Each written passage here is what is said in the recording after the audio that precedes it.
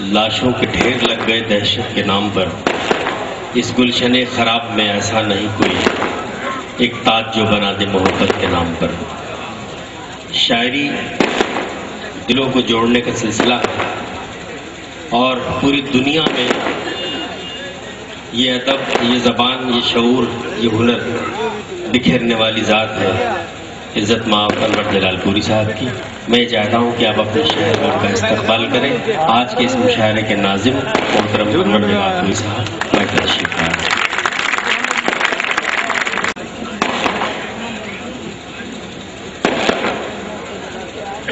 عزت و آبروئے عدالت عالیہ عالی مرتبت جسٹس کلیم اللہ صاحب شہر کی ادب کے چہرے کو اب تک نکھارا ہے۔ اس کے علاوہ عالی مرتبت مرحوم جسٹس اسماعیل صاحب کے خاندان کے وہ تمام افراد جو کینیڈا اور امریکہ سے تشریف لائے ہیں، ان کی خدمت میں بھی میری عقیدتوں کا سلام۔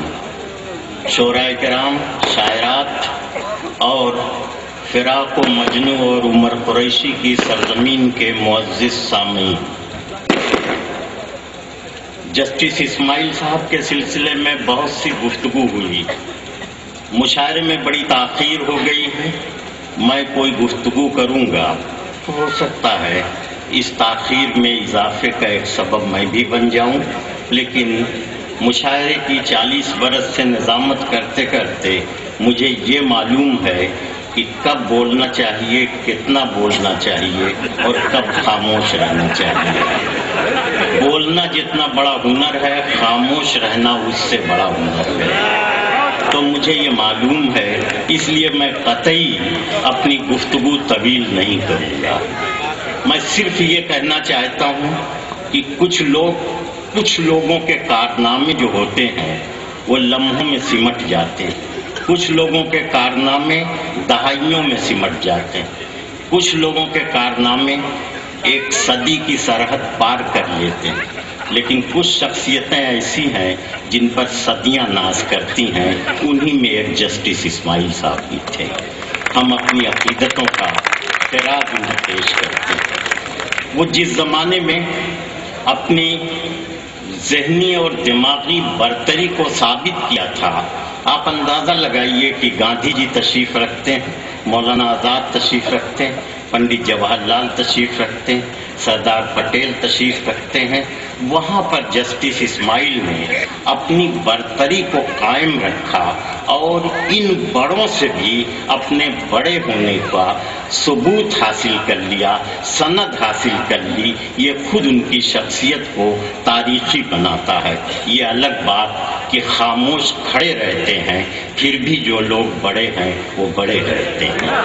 تو انہوں نے یہ بتا دیا کہ وہ اپنے عہد میں ایک بڑی شخصیت تھے، اور اس بڑائی، اس بلندی کی چوٹی پر پہنچنے کے لیے انہوں نے کتنی محنتیں کی ہیں، اپنی ذہانتوں کو کس باشعور انداز میں اور کس سلیقے سے اسے پیش کیا کہ اس عہد کے بڑے دماغوں نے بھی ان کی عظمت کے سامنے سر تسلیم خم کیا۔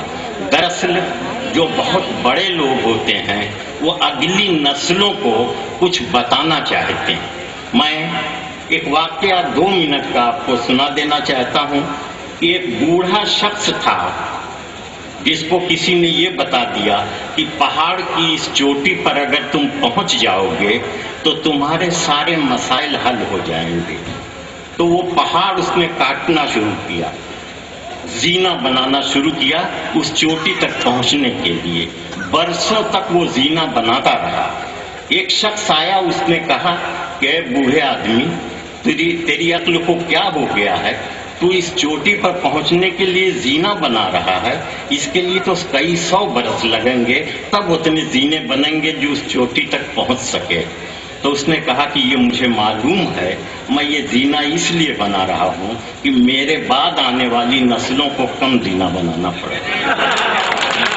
تو جسٹس اسماعیل نے علم کے ذریعے، اپنی ذہانت کے ذریعے اور اس زمانے میں اپنی طبیعت کے مطابق ایک پیشے کا انتخاب کر کے جس بلندی پر وہ پہنچے تھے، دراصل قوم کے ہر فرد کو یہ بتا رہے تھے کہ جب تک قوم میں ایسے لوگ نہ پیدا ہوں، جب تک بلندیوں پر پہنچنے کے لیے زینے بناتے جائیں، تب تک قوم کی نہ تو رہنمائی ہو سکتی ہے، نہ بنیادی طور پر قوم آگے بڑھ سکتی ہے۔ تو ہر عہد کو ضرورت ہے جسٹس اسماعیل کی۔ جسٹس اسماعیل کسی جسم کا نام نہیں ہے، جسٹس اسماعیل ایک فلسفے کا نام ہے، ایک شعور کا نام ہے، ایک یقین کا نام ہے۔ جسٹس اسماعیل جدوجہد اور سنگھرش کی ایک علامت کا نام ہے۔ تو یہ ساری چیزیں جب تک قوم کے افراد میں نہیں پیدا ہوں گی، تب تک نہ قوم باشعور ہوگی، نہ وہ ترقی کر سکے گی۔ اس لیے جسٹس اسماعیل جو زینہ بنا رہے تھے اس بلندی تک پہنچنے کے لیے ہر نسل کو اس زینے کو بناتے رہنا پڑے گا۔ میں مبارکباد ڈاکٹر عزیز کو دے رہا ہوں کہ گورکھپور میں بھی انہوں نے جس طرح سے ایک تہذیب کی بلندی پر پہنچنے کے لیے مختلف انداز سے علم، تعلیم، ادب و میڈیکل سائنس کے ذریعے جو بلندیوں پر پہنچنے کے لیے وہ جو زینہ بنا رہے ہیں، اس کے لیے میں ان کی عظمتوں کو سلام پیش کر رہا ہوں، اور مجھے یقین ہے کہ ان کے بعد کی نسل بھی جو ہے اس زینے کو بناتی رہے گی، تاکہ ہماری قوم جو ہے وہ جسٹس اسماعیل کی سچی جانشین بن سکے۔ ان لفظوں کے ساتھ میں اپنا خراج عقیدت پیش کر رہا ہوں اور ان کے خاندان کے سارے افراد کا استقبال کر رہا ہوں۔ دوستو، میں آپ سے درمیان میں گفتگو کرتا چلوں گا، اور میں آج بالکل یہ امت قریشی کا شہر ہے جن کے قدموں میں بیٹھ کے میں نے گفتگو کرنا سیکھا ہے، تو یہاں میں نظامت نہیں کروں گا، ہاں کچھ گفتگو درمیان میں کروں گا جو میرے اپنے 40 برس کے زندگی کے تجربات ہیں زبان کے سلسلے میں، علم و ادب کے سلسلے میں، اس کی میں باتیں درمیان میں کرتا چلوں گا۔ نظامت والا کوئی کام آج نہیں کروں گا۔